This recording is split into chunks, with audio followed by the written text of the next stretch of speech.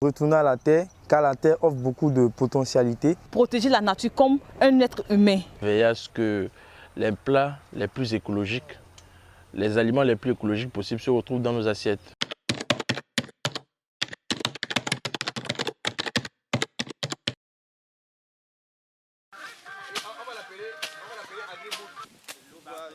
L'eau va rester, voilà.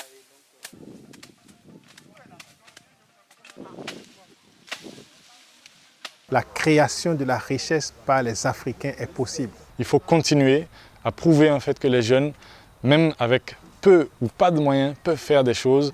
Et ça passe notamment par l'échange d'expériences.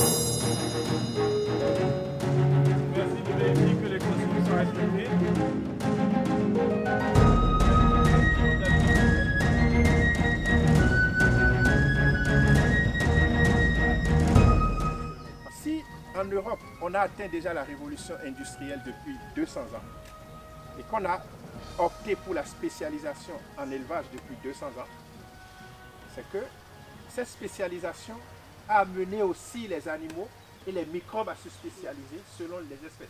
Les gens reconnaissent que toute la richesse, c'est dans la terre, c'est dans le savoir-faire ancestral, métissé au savoir-faire occidentaux.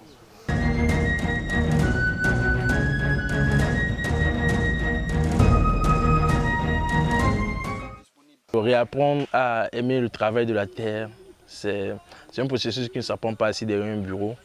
Alors assis dans une salle climatisée, il faut être au contact. Avant de venir ici, je ne pouvais pas imaginer qu'on pouvait réussir à faire de l'agriculture sans pesticides, sans engrais, et même aussi au niveau de l'élevage. Et tout ce que j'ai pu découvrir ici, ça m'a vraiment ouvert l'esprit. Voilà, ça m'a transformé également et j'ai compris également quelle est l'importance de pouvoir nourrir cette terre-là, en prendre soin pour la préservation même de l'humanité. Très bénéfique, franchement, ça a été bénéfique pour nous tous parce que de nous tous qui sommes la personne à regretter. Et moi, je compte même revenir dans les prochaines années. C'est vrai, je l'ai fait, les prochaines éditions, je compte être là. Et je compte le dupliquer dans plusieurs pays. Non.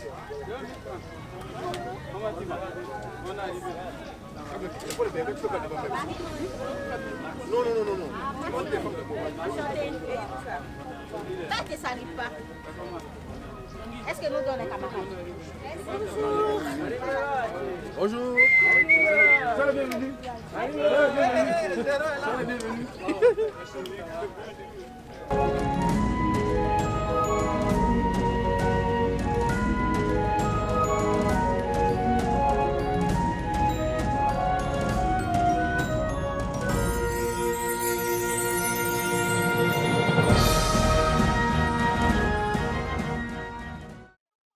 L'Agrobootcamp m'a beaucoup appris en agroécologie. D'abord, la phase de la fertilisation des sols avec le compost, avec le bokashi, qui est une innovation dans ce domaine.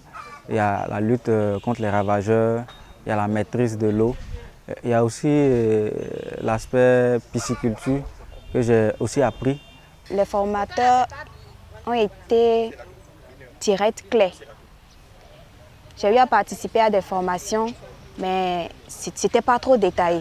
Mais avec Agrobootcamp, les explications, tu comprends avec les expériences que donnent les formateurs, c'est direct. Ma vie est une bénédiction.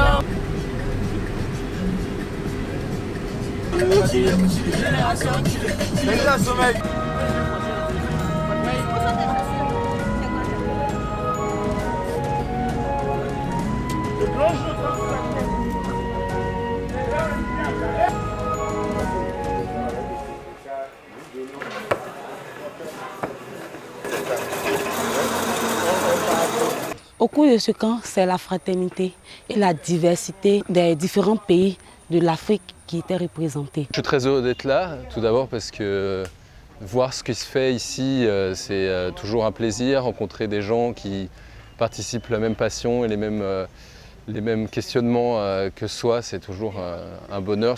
Ce que j'ai le plus aimé, c'est le caractère international de l'Agrobootcamp. Je ne m'y attendais pas du tout. Le plus important et la chose qui me marque plus dans ce camp, c'est l'intégration et l'ouverture de la jeunesse et l'ambition, la passion qu'elle a pour développer ce continent.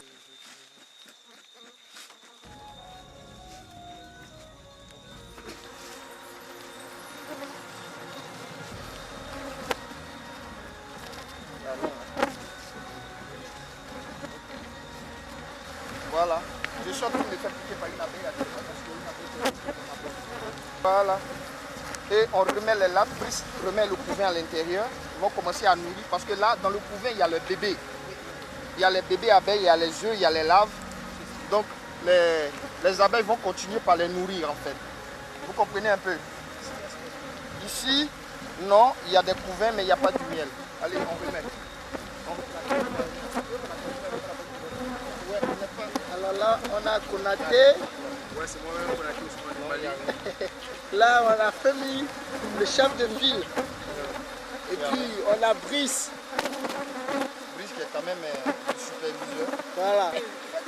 L'enfumeur de Côte d'Ivoire. Voilà.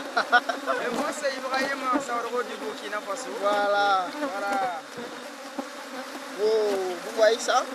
C'est une équipe comme ça. Vous voyez les abeilles? Donc, Brice, ici, il n'y a rien. Donc, coloniser le plus. Il n'y a rien.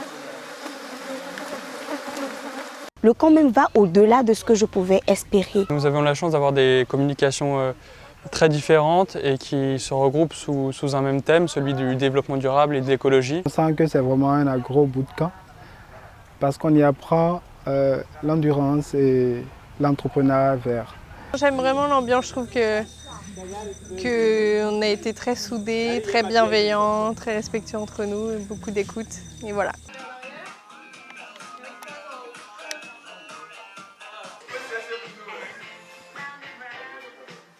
Le Gros Bootcamp, c'est vraiment une initiative qu'il ne faut même pas laisser à l'organisateur eux-mêmes seulement de s'en gérer, mais qu'il y ait une participation de tous les Africains pour pouvoir que ça soit vraiment à hauteur vraiment souhaitée. Pour ce que j'ai vécu, je pense qu'il faut que le message passe à toute la jeunesse africaine et même la jeunesse mondiale. Alors de ce point de vue, je vais communiquer sur notamment les réseaux sociaux et à travers des réunions, des associations. Moi, dans mon ONG, je vais véhiculer l'information de sorte que toute la Côte d'Ivoire, en tout cas, soit saisie de cette opportunité.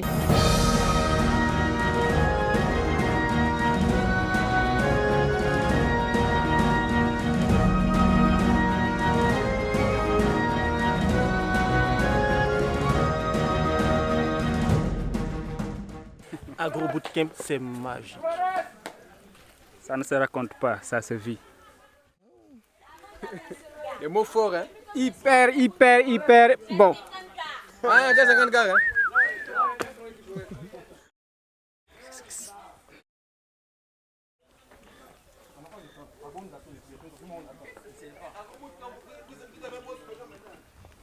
C'est quoi? Pour toutes les femmes qui hésitent ou qui ont hésité à participer, je les encourage à participer aux prochaines éditions d'Agro Bootcamp parce que comme moi, j'ai un peu hésité, mais sincèrement, je suis largement surprise, je suis largement satisfaite. Vivre, c'est vivre ensemble. On ne pourra jamais vivre ça sur cette terre. Donc tout se fera ensemble. Si les jeunes refusent de travailler ensemble, alors c'est déjà parti.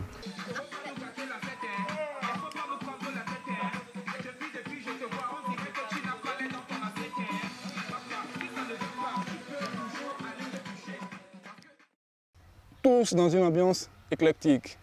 Très motivés, les campeurs se sont convertis en des artistes avertis pour la circonstance. Agro Bootcamp, le colibri qui doit être colibré, je vous remercie.